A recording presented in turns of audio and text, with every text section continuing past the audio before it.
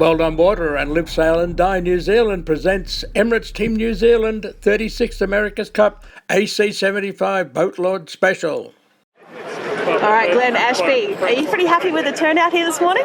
Yeah, reasonably excited to be fair. It's been absolutely incredible to see how many people were here this morning, and to put the boat in the water for the first time. It's absolutely sensational, and a real credit to the shore team and the design team and all the guys that have been involved in the build of the boat.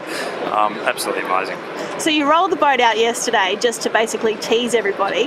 The spies were out, photos have gone around the world. There's been a lot of talk about the foil arms. Are you happy with them? Yeah, they're big gear. They're big gear for sure, but they have to take a huge amount of load, and really the whole boat and the crew and everything is really relying on those foil arms to hold us out of the water. So an amazing piece of engineering and kit, really, to be honest, and the foil horizontals as well. They take a huge amount of load, so it's incredible, really, the engineering that's gone into these boats, and to be able to get out in the water in the next few days and sheet that on and test it all is going to be pretty exciting for sure. What's the thoughts around only one rudder?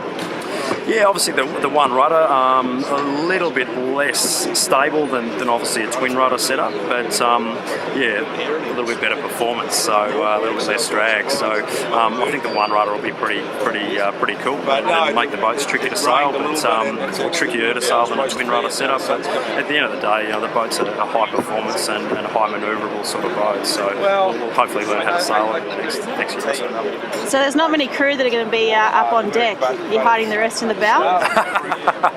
Yeah, no, it's pretty tight down there. There's not a whole lot of swinging room. But at the end of the day, it's you don't want to be spread out all over the place. You want to be tight and huddled in there, and aerodynamically we wanted to keep sort of a lot of the guys out of the breeze.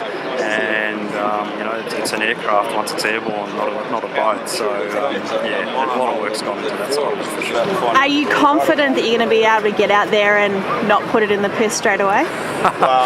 Look, I think the learning curve for us is going to be damn near vertical. I think for the first few weeks, the boats are pretty tippy. They are tippy boats, but at the same time quite stable in many respects as well once you're up and sailing. So I think the slow speed sailing is probably going to be trickier than the high speed sailing, to be honest. And for us, this is our first opportunity to get on the water as a sailing team, honestly, since the last race in Bermuda. So we haven't had a test boat. So this for us is our test boat and our first race boat. So we've got a lot to learn, and I think reality versus virtual reality, which has been indoors, to get out there real life is going to be super exciting. And for sure there'll be some things that will be slightly different than what we were expecting. But hopefully we've got the right yachties to deal with that, and that intermingling with the design team and the engineers and the builders, that's going to be a really key component to moving forwards with not only this boat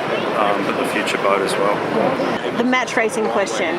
Do you reckon you guys are actually going to be able to do proper match racing in the pre-start? I think honestly these boats are probably going to be one of the best boats ever for match racing, because they will be just so manoeuvrable. Going from displacement to foiling to be able to spin the boat around in a circle. Some of the stuff we've seen on the simulator is incredible what you can do with the boats, and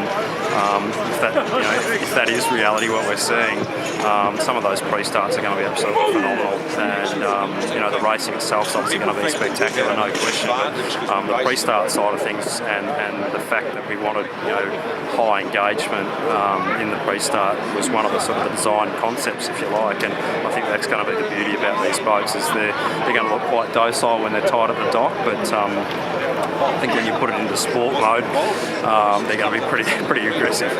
So there is a sport mode on board. Is that another button that someone has to push? Hopefully we won't press that one too early. We might put it in rain mode for a little while, like we did this morning, just to take it easy. But no, look, there's definitely going to be some learning that we're going to have, and we'll find out what the boat can do over the next few weeks. It's going to be pretty cool. So what about the short, sharp chop that we have here in Auckland? And do you think the boat's going to be able to cope nicely with just scooting straight over the top of that? I think even short, sharp chop will largely feel like flat water, when you're doing sort of, 30, 40, 45, 50 knots. You just said 50. Yeah. So we're going to get to 50? Well, we'll see. I think the sky's the limit with these boats. We just, we've seen some pretty incredible numbers on the simulator, but look, it's one of those ones. What you see indoors and what you can do outdoors, we'll have to validate that. It's exciting. We're not going to blow our foot off at this point in time of what the boats will be able to do, but absolutely no question that we're going to need to be wearing some eye protection. That's for sure. I name this yacht T.I. May God bless everyone who sails on it.